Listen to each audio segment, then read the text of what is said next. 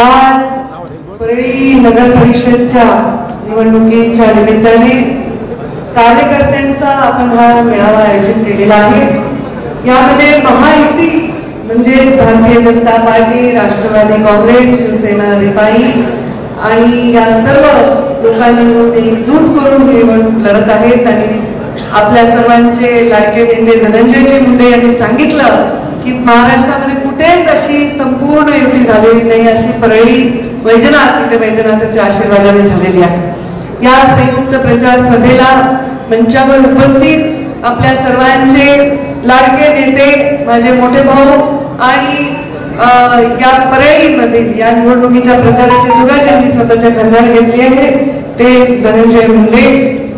आमच्या मंचावर उपस्थित आमच्या शहराच्या अध्यक्षा उमाताई समशेट्टी, राष्ट्रवादीचे शहराचे अध्यक्ष भैया धर्माधिकारी, मंचावर उपस्थित शिवसेनेचे प्रमुख व्यंकटेश शिंदे, रिपाईचे प्रमुख सचिन कागदे, आमचे ज्येष्ठ सर्व मार्गदर्शक म्हणजे जुगल किशोरजी लोहिया, विकासरावजी डुबे, मंचावर उपस्थित आता बिनविरोध ज्यांची निवड झाली त्या जयश्री मुंडे, शांतीलालजी जैन आमचे मोठे बंधू इथे मंचावर उपस्थित, सुरेश टाप, विजयजी वाकेकर आमच्या बँकेचे डिरेक्टर, वैजनाथराव सोळंके, नीलकंठ साठे, संदीप लाहोटी, विनोद जगतकर, शेख तय्यब इथे उपस्थित सर्व मान्यवर आणि सर्वात महत्वाचा मंचावर ज्यांची उपस्थिती आहे त्या आपल्या नगराध्यक्ष पदाच्या उमेदवार पद्मश्री धर्माधिकारी आणि सर्व नगरपालिकेला उभे असलेले शिवसेनेचं कमळाचं आणि घड्याळाचं चिन्ह घेऊन उभे असलेले सर्व माझे उमेदवार। सर्वप्रथम मी पद्मश्री बाजीराव धर्माधिकारी यांना ऍडव्हान्स मध्ये आज शुभेच्छा देते की पूर्ण मला विश्वास आहे की या परळीच्या नगराध्यक्षा म्हणून त्या लवकरच आपल्या कामाची जबाबदारी स्वीकारतील। मला धनंजय मुंडे त्यांच्या भाषणात म्हणाले त्याचप्रमाणे मला असं वाटलं की भैया म्हणजे बाजीराव धर्माधिकारी यांचं लहानपणापासून स्वप्न असेल की आपण असं काम करावं की आपल्याला पद्मश्री मिळावी आणि त्यांना पद्मश्री त्या रूपाने का होईना हे मिळालेली आहे। आणि त्यामुळे मला वाटतं हे खूप चांगला योग आहे, सुवर्ण योग आहे। तशीच परळीच्या भविष्यामधल्या पूर्ण टीमनी चांगलं काम केल्याबद्दल तुम्हाला खरंच पद्मश्री प्राप्त व्हावी, असं काम तुमच्याकडून व्हावं हेही मी या निमित्ताने आपल्या सर्वांना शुभेच्छा देते। अनेक वर्षांनी हा योग आला। एक असा काळ होता जेव्हा मी, धनंजय भाऊ, आम्ही सगळे मिळून, तेव्हा मुंडे साहेब होते, अण्णा होते, सर्व परळीची टीम होती, सर्व एका बाजूला होतो आणि काँग्रेस दुसऱ्या बाजूला होतो। तेव्हा सुद्धा लढाई फार जोरात व्हायची। या परळीमध्ये 25-30% असे लोक आहेत जे कुठेही गेलं तरी ते जे मुख्य पॅनलच्या विरोधात असतात। पण मला वाटतं यावेळी इतिहास घडवल्याशिवाय परळीची जनता राहणार नाही।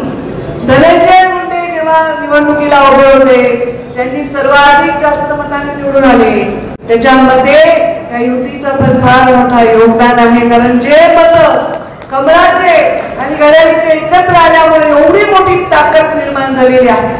आणि हे बघितल्यानंतर ही ताकद आता हलू द्यायची नाही असा निश्चय आम्ही केला आणि निवडणुकीच्या रणांगणामध्ये पक्षाच्या आणि व्यक्तीच्या निवडणुकीमध्ये परळी हरली नाही पाहिजे हा निश्चय केला आणि म्हणून ही महायुती आम्हाला घडवण्यामध्ये यश। स्वतःचे स्वार्थ, स्वतःचा इगो आणि स्वतःचे सगळे जे काही विषय आहेत ते आम्ही बाजूला ठेवले आणि परळीच्या विकासाच्या दृष्टीने ही शक्ती एकत्र राहण्याची गरज आहे आणि म्हणून ही युती केलेली आहे। माझाही अनुभव आहे, धनंजय मुंडेंचा, धनुभाऊंचा अनुभव तर जिल्हा परिषदचा आहे। मी जिल्हा परिषद स्किप केली, मी एक पायरी उडी मारून डायरेक्ट विधानसभेत गेले। तर आता त्यांना विधान परिषदचा अनुभव होता, मला तो नव्हता, आता मी तोही गेले। म्हणजे आमच्या अनुभवांची वेगवेगळी आमची उलाढाल चालू आहे। पण या परळीच्या प्रत्येक वॉर्डातल्या, गल्लीतल्या राजकारणाचा, इथल्या सोशल इंजिनिअरिंगचा अनुभव त्यांना 22-23 वर्षाचा, मला 20 वर्षाचा, 2-4 वर्षाचा फरक आहे। या एवढा मोठा अनुभव एकत्र जर आपण केला तर या परळीला भविष्यामध्ये मोठ्या अशा आपण एका विकासाकडे नेणार याच्यामध्ये माझ्या मनामध्ये बिलकुलही शंका नाही. ही परेड नगरी आहे. मुंडे साहेबांचं नाव या परेडपासून आपण वेगळं करू शकणार नाही. या परेडमध्ये मुंडे साहेबांनी जसं इथे जन्म घेतला आणि इथेच शेवटचा श्वास घेईपर्यंत काम केलं, तसंच या परेडच्या विकासाच्यासाठी सर्वतोपरी त्याच्या विकासाच्या पाठीमागे उभे राहायची माझी भूमिका. मी आमच्या पद्मश्रीजींना म्हणेन, भैयाला म्हणेन की आपण जेव्हा नगराध्यक्ष व्हाल एक आग्रह आदर्श असा आपल्या परळीच्या लोकांना आपण घालून देऊ आणि प्रत्येक गोष्टीला उत्तर फक्त आणि फक्त कामाने देता येत असतं. शब्दाने शब्दाला उत्तर देऊन काहीच मिळत नाही, पण कामाने उत्तर देऊन आपण या परळीचं महाराष्ट्रामध्ये विकासात सगळ्यात अग्रेसर असं शहर हे नाव करण्यासाठी हा मोठा संगम अत्यंत महत्वाचा होता. मी जेव्हा पहिल्यांदा आमदार झाले तेव्हा मला वाटतं पृथ्वीराज बाबा मुख्यमंत्री होते आणि नगरोत्थानची नवीन योजना आली. परळीनी कधी मला फंड तरी किती होता तेव्हा फंड नव्हता, लोक लाख फंड मागायचे त्याच्यातच खुश व्हायचे. आता मीच बिघडवलं, पुन्हा ग्रामविकास मंत्री झाला 2 कोटी दिले तरी पुन्हा कमीच वाटायचे लोकांना. पण तेव्हा आमच्याकडे फंडही 50 लाख रुपये होता, 2 कोटी 3 कोटी फंड नव्हता आमदारांना. आणि त्यावेळी 40 कोटी नगरोत्थानमध्ये आले. खूप मोठा परळीच्या दृष्टीने महत्वाचं पाऊल होतं. त्यामुळे परळीचा चेहरा होणार. हे परळीमध्ये मी वाढले, धनंजय इथेच वाढले. या परळीच्या सरस्वती विद्यालयात माझं शिक्षण झालं. पहिलं शिक्षण तर जिल्हा परिषदच्या शाळेत झालं. सायकलवरून ट्युशनला, सायकलवरून शाळेला, सायकलवरून मैत्रिणींच्या वाढदिवसाला, कशालाही या परळीमधून प्रत्येक रस्त्यावरून निघाले. या परळीचं ते रूप पालटावं हेच स्वप्न घेऊन आमदार झाले होते, हेच स्वप्न घेऊन मंत्री झाले. पण असं झालं की मी मंत्री झाले, तुम्ही नगरपालिका दडकवून आमची पाडली. त्यामुळे जे परळीसाठी मला करायला शक्य होतं ते करता आलं नाही.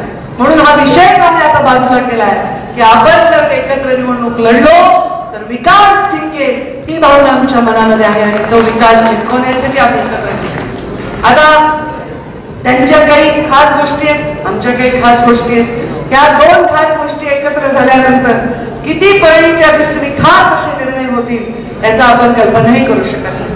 परळीमध्ये माझा पहिल्यांदा निधी आला होता. परळीच्या नगरोत्थानासाठी नगरविकासच्या माध्यमातून पहिलं काम दिवसेतला आठवत असेल हे आपण मुस्लिम एरियामध्ये दिलं होतं. 5 कोटीचा रस्ता. कारण मी प्रचाराला जायचं, मला वाटायचं किती नाल्या वाहिलेल्या आहेत, रस्त्यावर चिखल आहे, डास आहेत. पूर्णपणे विकासाची गरज या माझ्या मुस्लिम बांधवांना आहे. पहिलं काम मला आठवते का आपण तिथे बंगल्यावर केलं का पहिल्यांदा रस्ता कन्याशाळेच्या पलीकडे जाऊन तर हे काम केलं. पहिल्या विकासाचं काम करत असताना आपण काळात्राई मंदिरापासून काम करायला सुरुवात केली. या परळीमधल्या महत्वाचे जे रस्ते आहेत, मुंडे साहेब असताना, भुजबळ साहेब PWD मंत्री असताना हा रस्ता मंजूर झाला होता, जो इटके कॉर्नर पासून ते आता आपल्या घरून चौकापर्यंत हे रस्ते मंजूर झाले. नगरोत्थानमध्ये या परळीमधले टावरचे वगैरे सगळे महत्वाचे रस्ते केले. त्याच्यानंतर धनंजय पालकमंत्री झाले आणि धनंजय धनुभाऊनी त्या काळामध्ये नगरपालिकेची सत्ताही त्यांची होती. त्यांनी मला वाटतं पाणी पुरवठ्याच्या वगैरे योजना राबवल्या.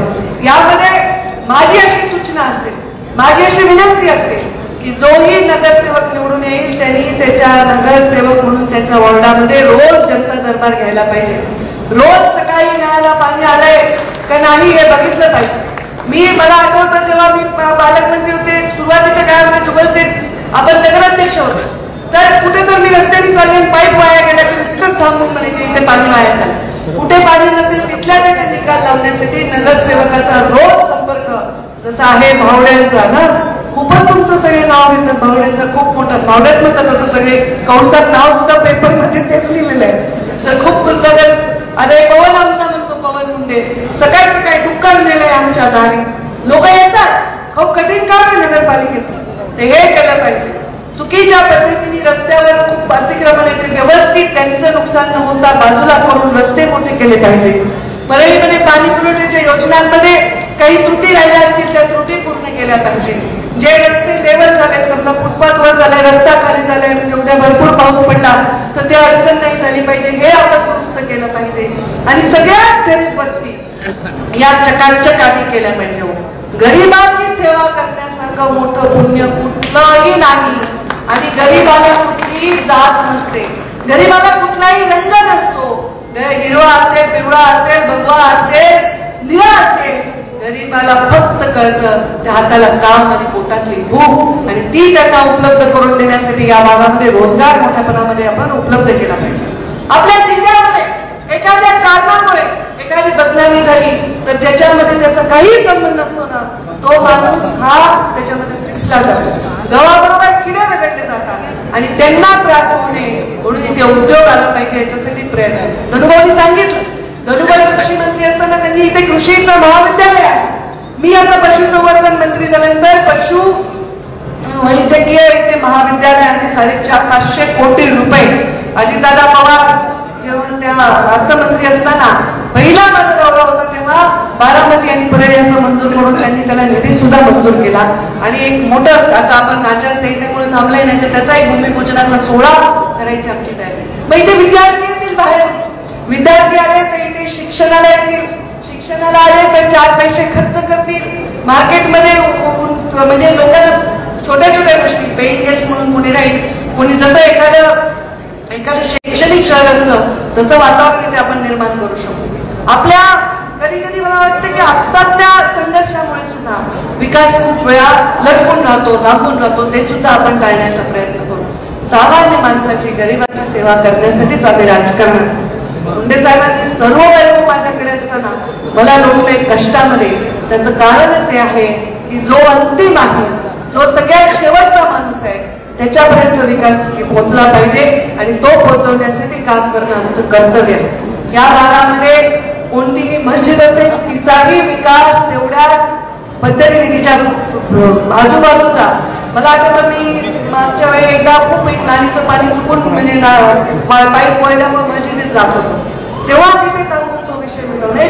प्रत्येकाचं जे धर्माचं मोठं स्थान आहे, जिथं त्यांचा एखादा बौद्ध विहार आहे, तिथे एखादा मंदिर आहे, या सगळ्या गोष्टींचा समान पद्धतीने त्यांचा सन्मान करून तिथे विकास केला जाईल. आमच्या वैद्यनाथ मंदिर 12 ज्योतिर्लिंगांपैकी एक मंदिर आहे. तीर्थक्षेत्राच्या विकासासाठी मागच्या नगरपालिकेत जेव्हा आपण एकमेकांच्या विरोधात उभे होतो धनुभाऊ, तेव्हा ते आम्ही जे आर काढला होता आणि नंतर मी मंत्री नसल्यामुळे त्याच्यामध्ये मला काही फार रोल करता आला नाही. पण आता त्याच्यात अजून पैसे धनुभाऊच्या काळात ते आणले आणि आता त्याचं काम जोरात झालं पाहिजे. अत्यंत स्वच्छ कारभाराने ते काम झालं पाहिजे, चांगल्या कॉन्ट्रॅक्टरने ते काम केलं पाहिजे. आणि खरंच परळीचं मी मध्य प्रदेशमध्ये काम केलं, उज्जैनच्या धर्तीवर विकास झाला तर याचाही परिणाम आपल्याच लोकांवर होतो. आता वैद्यनाथ कारखान्याला अनेक अडचणीला आम्ही सामोरं गेलो. कारखाना बंद राहिला तर मार्केट थंड पडत होतं. मार्केटमध्ये म्हणजे आमचे विजय वाकेकर सांगतात एक शब्द आहे, काय मार्केटमध्ये पैसे, काय शब्द आहे तुमचा मराठीचा, उलाढाल नाही, काही वेगळा शब्द आपण काय, रोटेशन. मार्केटमध्ये रोटेशन कमी होतं. पण आता दुर्दैवाने माझ्या हातात राहणारा कारखाना चालू झालाय आणि या बीड जिल्ह्यामध्ये कोणीही भाव देईल त्याच्यापेक्षा जास्त भाव द्यायचा आम्ही निर्णय घेतलाय आणि त्यामुळे पैसा तो तुमच्याच खिशात येणार आहे.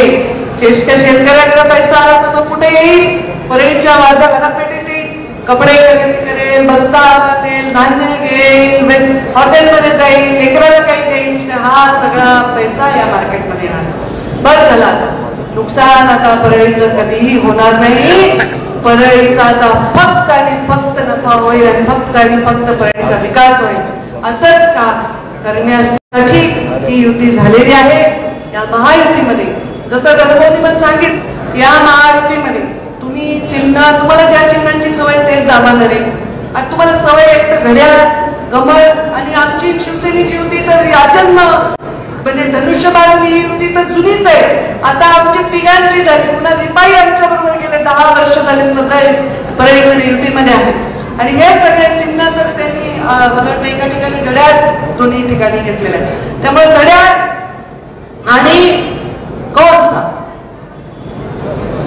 चिन्ह, ये कमल वालों को खरीदा बना ऐसा नहीं, थोड़ा आप जरा याद करके जाओ.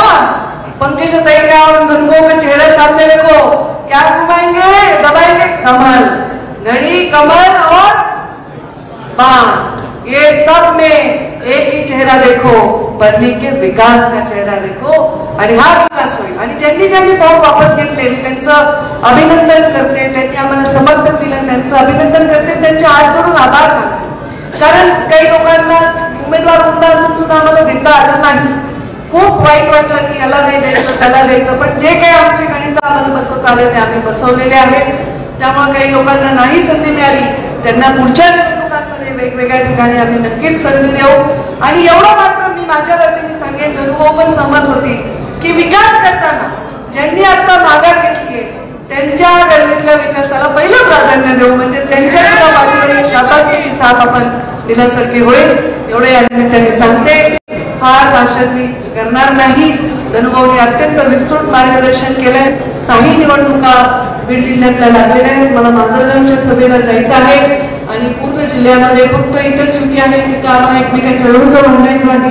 त्याच्यामुळे तिकडे मला जाऊन आज कार्यक्रम आहे. तर आपण सर्वजण हात जोडून विनंती करते ही आमची युती यशस्वी करा, ही महायुती यशस्वी करा आणि परळीच्या विकासामध्ये पहिल्यांदा असं होईल की आम्ही दोघं मिळून लक्ष घालू. तर धनंजय मुंडेंचे प्लस पॉईंट असतील, काय माझे मायनस असतील तर ते कव्हर करतील, त्यांचे मायनस पॉईंट असेल तर मी मला घेऊन द्या ते करा. तर एकमेकांना आमच्या धाक लावून आम्ही तुमच्यासाठी चांगलं काम नक्कीच या निमित्ताने करू असं या निमित्ताने सांगते आणि मला वाणीला आम्ही विराम देते. धन्यवाद. जय हिंद, जय महाराष्ट्र. धन्यवाद. आपल्याला विनंती 2 मिनिटं बसा, आपल्याला काही सूचना आहे.